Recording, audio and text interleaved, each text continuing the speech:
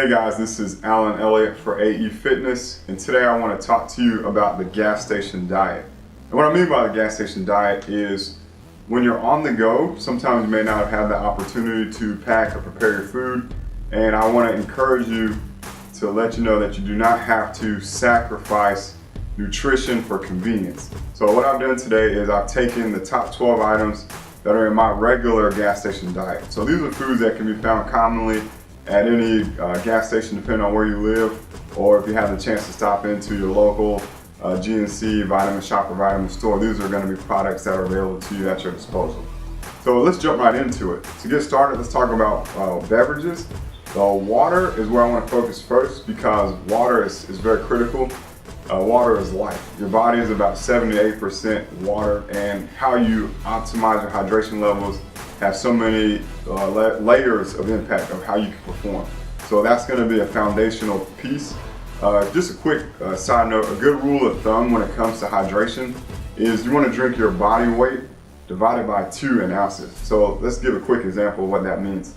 Let's say a person is about 150 pounds. You divide that number by 2, which is 75. So at a minimum, you want to be drinking 75 ounces of water. Now, there's 128 ounces in a gallon of water. So if you can just shoot to aim for a gallon, you're going to be golden. And if you have any more questions, we can go into detail just depending on your traditional or your specific needs. So anyway, going back to the subject of beverages, I chose Smart Water. It's a purified water with a good electrolyte blend. And then with electrolytes, you may need even more than this if you're going on a strenuous run or a harder workout. Coconut water is another good natural source of electrolytes. If you're looking for something a little more sweeter tasting, then I'm going to recommend the Powerade Zero. It still has your blend of electrolytes. You have your sodium, your magnesium, your potassium. You have a little more flavor in this, and it's a little higher quantity in serving, but there is no sugar in this one. So Powerade Zero, the Zyco coconut water, and Smart Water are going to be your beverages. Now transitioning to the other side, if you want a little zip with your sip, and what I mean by that is caffeine, these are going to be your caffeine-based beverages. And what I've found in studies have shown is that the average adult can safely consume about 400 milligrams of caffeine a day. And to put that in perspective, the average coffee size is about 80 milligrams. So we're looking at maybe about 4 cups of coffee. In my opinion though, I wouldn't recommend anyone go up to that level. So all of these are well below. If you absolutely needed it, I would say consume no more than 200 milligrams of caffeine at one time. That's probably the safest amount that you could process at one time. So going into the carbonated beverages that are caffeine based, I do like these because carbonation gets into your bloodstream faster, so you can begin to feel the effects of that caffeine to give you that energy, that boost to go where you need to go. Kill Cliff is a good energy based beverage, much more suitable than a Rockstar, a Monster, or Red Bull because they're lower in sugar content. This one has about 15 calories. It's going to give you about 25 milligrams of caffeine in this serving and multiple flavors for taste.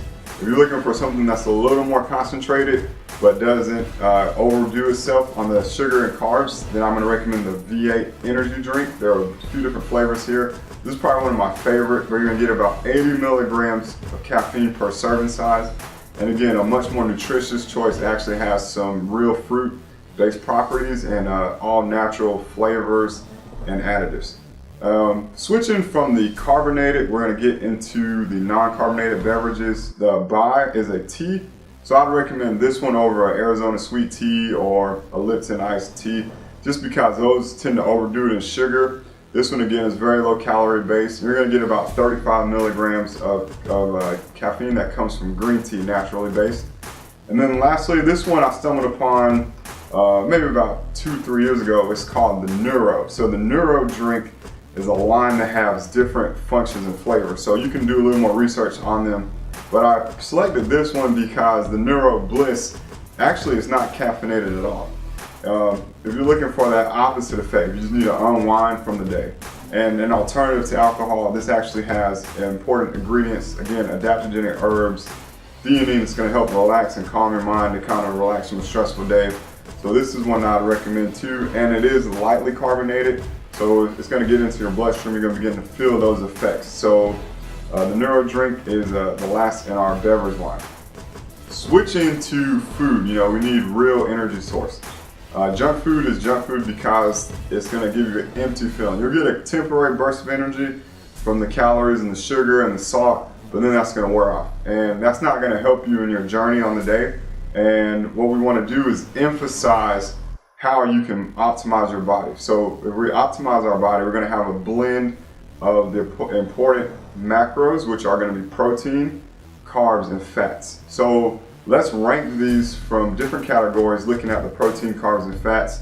What we have here is the Quest protein chips. The Quest chips are going to have high protein, low carb, low fat. So this is a snack that you would want to take when you're on the go, just to kind of tide you over to your next meal. You don't need that feeling of satisfaction, but you do need that energy boost in your metabolism from the protein source. Secondly, we're going to look at the Quest bar. The Quest bar is high protein, moderate carb, and moderate fat. Now, in the Quest bar, you're going to get about 17 grams of fiber.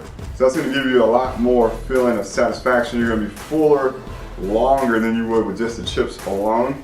However, some people may not like the texture of the Quest bar. So if you're not used to having this much fiber in your diet, I'd recommend taking this and maybe cutting it in half just to see how your body processes things. Transitioning from that, we will look at the Epic bar. The Epic bar is a all-natural meat-based bar. It comes in a few different flavors. This one is going to be moderate protein, low carb. There's no carbs in meats, but it is going to be higher in fat. So take that into account, considering where you are in the day and what type of nutritional choice you need to make. Next is going to be the Power Crunch bar. So the Power Crunch bar has a smoother, wafer-like texture than the Quest bar. Some people may have trouble with the Quest. I'd recommend the Power Crunch bar to them. This one's going to be high protein, moderate carb, but it is going to be a little higher in fat, so it's going to give you that feeling of satisfaction without as much fiber as the Quest bar did. And then lastly, this is a very popular one. This is called Lenny's and Larry's Complete Cookie. This is probably the most calorie dense out of all the ones that I've selected, but it's still a favorite of mine. But I approach this one with caution.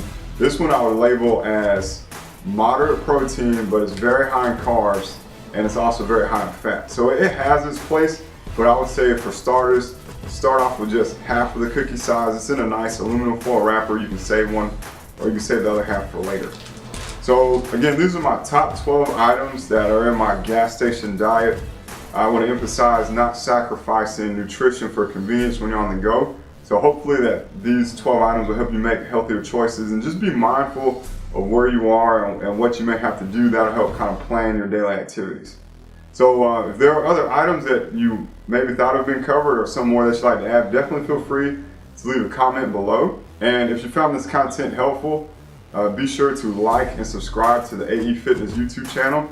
We've got more great content coming, but your feedback is very important to us as far as the direction of where we'll go. I'll close by saying, immerse yourself in the process, take action, and enjoy the journey.